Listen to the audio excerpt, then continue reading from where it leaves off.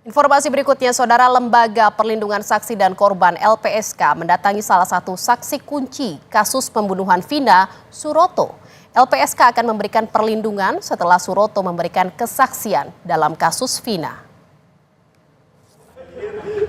Suroto salah satu saksi kunci yang pertama kali menemukan Vina dan Eki setelah dianiaya. Suroto menandatangani surat pengaduan LPSK di Kabupaten Cirebon untuk melindunginya setelah memberikan kesaksian di beberapa media massa. Suroto menyatakan siap memberikan kesaksian apabila diminta kepolisian dan pengadilan.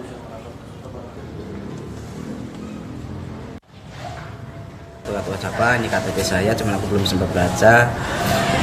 Intinya saya pengen membantu Bapak kalau berkenan begitu.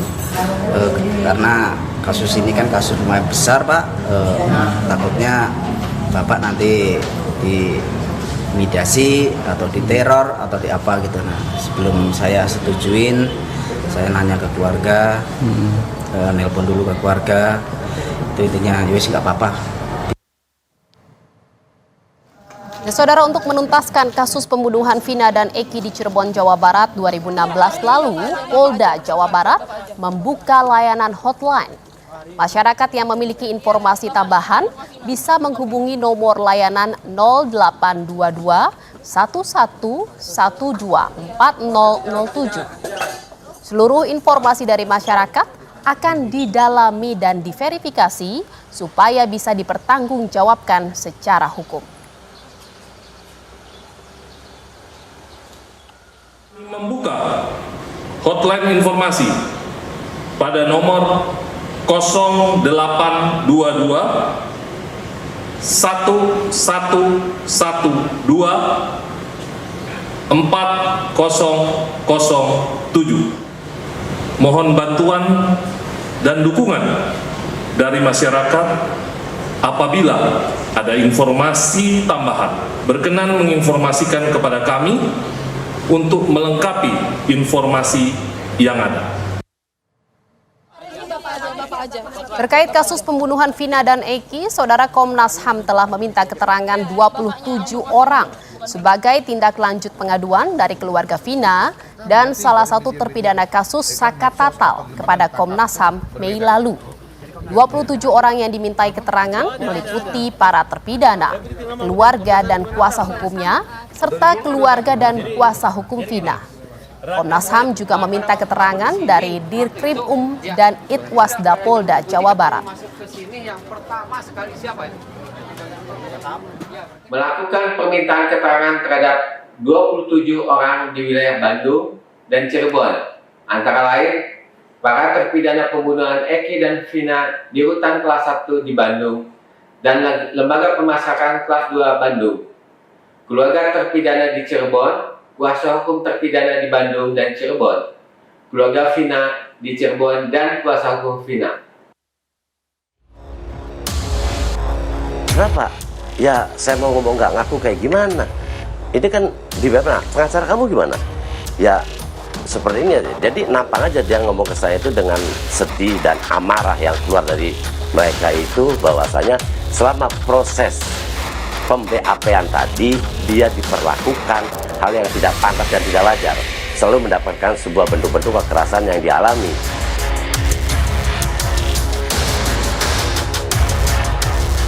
Babak baru kasus pembunuhan Vina dan Eki di Cirebon, Jawa Barat menguak adanya dugaan intimidasi yang diberikan oknum aparat kepolisian terhadap pihak yang terlibat saat menjalani proses hukum 8 tahun lalu. Dari pengakuan mantan napi Lapas Kesambi Cirebon, Ahmad Budi, menyebut ketujuh terpidana mendapat tindak kekerasan saat diperiksa di Polres Cirebon hingga Polda Jabar. Terbaru adalah pengakuan dari Liga Akbar, teman Eki yang mengaku sempat dipaksa menandatangani BAP saat diperiksa penyidik tahun 2016. Kuasa hukum Liga Akbar pun membenarkan keterangan kliennya yang terpaksa mencabut berita acara karena tak sesuai dengan kesaksian yang ia berikan.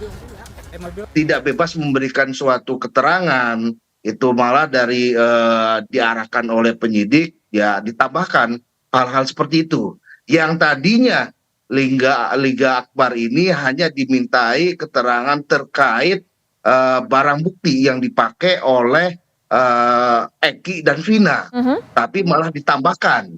Nah, pada saat itu emang Liga Akbar tidak bisa berbuat apa-apa karena diminta terus untuk menandatangani BAP yang tidak sesuai dengan tersebut. versinya. Mantan Kabar Eskrim Polri dan ahli hukum pidana Susno Duaji menilai bahwa Polri harus mengaudit jalannya pemeriksaan kasus Vina di tahun 2016. Terutama untuk memastikan alasan saksi yang mencabut keterangan apakah karena keputusan pribadi atau ada unsur paksaan. Mengaudit jalannya penyidikan tahun 2016. Ya bergunanya apa? Ya perlu ditanya oleh Polri yang bagian audit, yang bagian eksaminasi, mengapa ada terpidana atau mengapa ada saksi mencabut keterangannya. Nah, harus didalami bahwa cabutan itu kesadaran sendiri sesuai dengan keadaan sebenarnya atau ada yang nyuruh. Ya, kasus pembunuhan Vina dan Eki semakin menjadi sorotan setelah muncul beragam kejanggalan termasuk pengakuan keluarga tersangka Peggy Setiawan yang menyebut polisi salah tangkap. Tim Liputan, Kompas TV.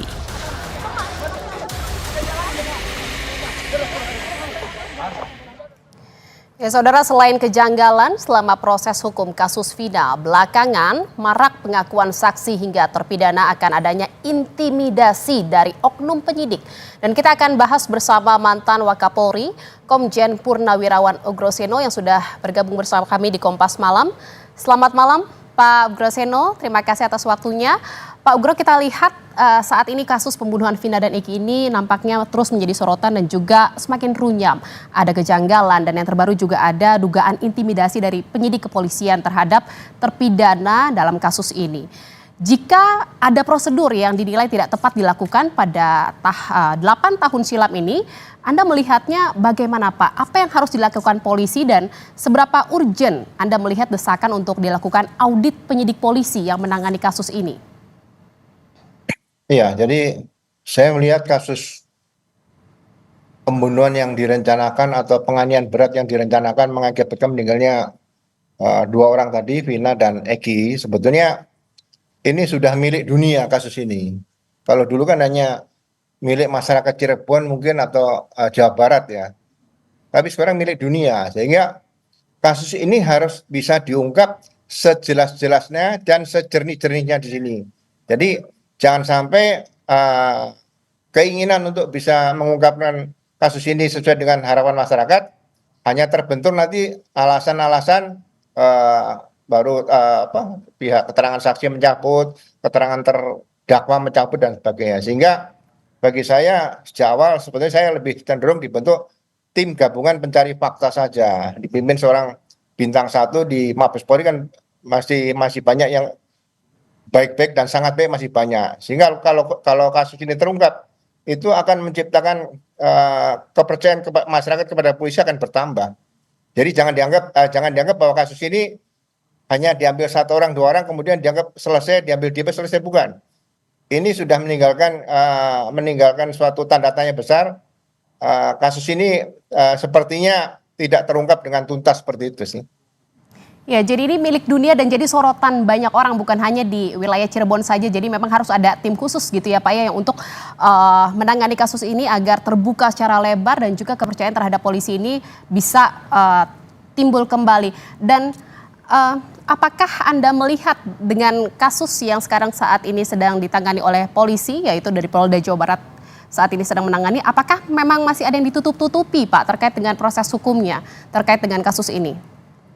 Ya, saya tidak bisa katakan menutup-nutup atau tidak, tapi kalau memang seseorang itu dianggap DPO dan ada kaitan dengan perkara yang sudah disidangkan, seharusnya DPO ini benar-benar diteliti, benar nggak orangnya?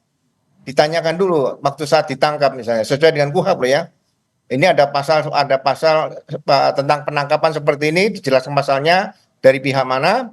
Nah, kalau memang dia orangnya dan jelas itu, ya sudah tidak perlu ditahan lama-lama, kirim berkasnya ke sidang pengadilan gitu loh. Jadi jangan ragu-ragu kalau memang itu DPO yang benar. Tapi kalau ragu-ragu menurut saya ya jangan ditahan lama-lama ya. Kan orangnya sudah dikenal, orang tuanya sudah dikenal, kawan-kawannya sudah dikenal ya kan. Jadi Anda melihatnya ini masih ragu-ragu Pak, penetapan tersangka si Peggy Setiawan ini? Ya kalau melihat waktunya seperti ini ya saya katakan buat apa mau didalami lagi apanya? Karena waktu pertama kali dia dijadikan DPO kan pasti ada sumber yang mengatakan bahwa yang melakukan adalah misalnya si namanya yang tadi disebutkan, kemudian rumahnya sudah pernah ditemuin, pernah didatangi sama petugas, dan kalau memang DPO ditanya sama RT RW sama kelurahan bener nggak orang ini. Nah kemudian kalau didukung dengan alat bukti yang kuat, nah DPO itu menentukannya tidak sembarangan loh ya, tidak menulis foto, menggambar foto orang ditaruh di main layang-layang diterbangkan, bukan. DPO itu melalui satu proses gelar perkara, orangnya dicari susah dan alat bukti cukup kuat, nyatakan DPO. Sama dengan red notice yang disampaikan kepada Interpol seperti itu. Jadi sekali lagi jangan main-main dengan DPO gitu loh.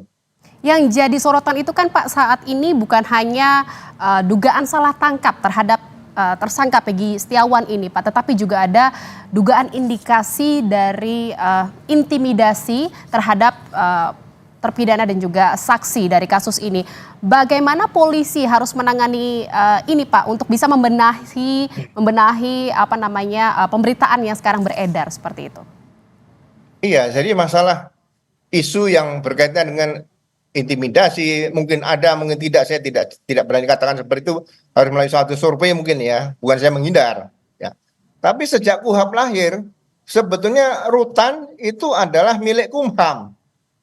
Jadi saya juga heran, ada rutan KPK, ada rutan polisi, ada rutan kejaksaan, ada rutan macam-macam di situ.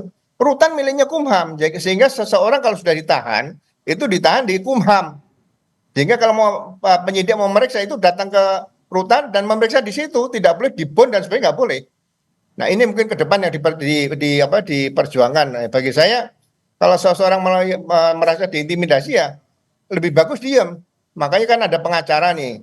Pengacara kembali bahwa setiap tersangka itu berhak diam karena di dalam alat bukti tidak disebutkan nomor 5 itu keterangan tersangka tapi keterangan terdakwa. Gitu. Jadi nanti digunakan di sidang pengadilan. Ini yang harusnya KUHP ini dihormati oleh semua penegak hukum seperti itu.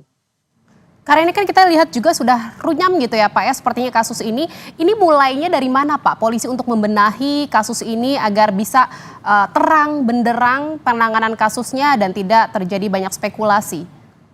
Ya menurut saya katakan dari awal, kasus ini sudah milik dunia dan dibuat terang benderang. Makanya dibentuk tim gabungan pencari fakta, ada dari kepolisian, dari kejaksaan, dari pengadilan, mungkin dari beberapa LPSK, ya kan, dari media, dari beberapa pakar dilibatkan di sini karena ini menarik untuk jadi suatu buku suatu saat bahwa kasus itu sebenarnya seperti ini. Kita tidak mendiskreditkan Polri masih bagus secara utuh, secara totalitas masih bagus. Tapi mungkin gara-gara perbuatan 1-2 orang, polisi menjadi agak terganggu lah kepercayaan. Tapi saya yakin ke depan polisi nggak usah ragu, yang jelek ya minggir saja, yang bagus masih banyak, yang pengen polisi bagus masih banyak kok. Bukan hanya 1-2 orang, lebih banyak daripada jumlah yang sekarang melakukan hal-hal yang buruk terhadap Polri, itu saja saya.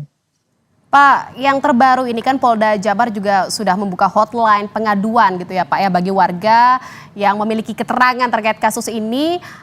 Menurut dari pandangan Bapak, apakah pembukaan hotline ini efektif atau malah justru membuat kasus ini semakin rumit? Ya, bagi saya sebetulnya begini, penyelidikan oleh reserse itu berbeda dengan penyelidikan oleh intelijen. Penyelidikan reserse itu harus berdasarkan surat perintah dimulai penyidikan. Nomor 1, dasarnya surat perintah dimulai penyidikan. Nah, kemudian dilakukan penyelidikan, itu ada surat perintahnya. Jadi tidak sembarangan setiap orang disuruh melakukan penyelidikan tanpa surat perintah. Nah, anggota Polri yang melakukan penyelidikan itu kan pangkatnya sudah dikatakan semua anggota Polri bisa menjadi penyelidik. Tapi penyelidik reserse punya kemampuan. Nah, sehingga kemampuan untuk melakukan penyelidikan ini tidak harus orang itu datang ke kantor polisi, kemudian di BAP memberikan keterangan untuk klarifikasi dan sebagainya. Cukup wawancara.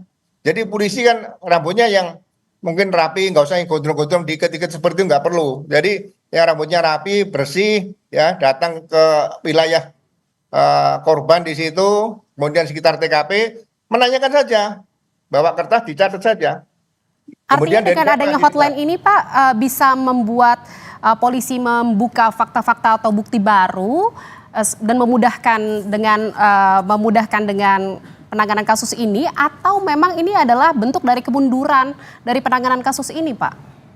Ya hotline ya biasa aja kan kemajuan teknologi. Tapi sebagai basic, sebagai dasar ilmu kepolisian, polisi dari dulu tidak bisa digantikan alat, tapi dibantu alat bisa. Ya, polisi tidak bisa diganti oleh alat, tapi dibantu alat bisa.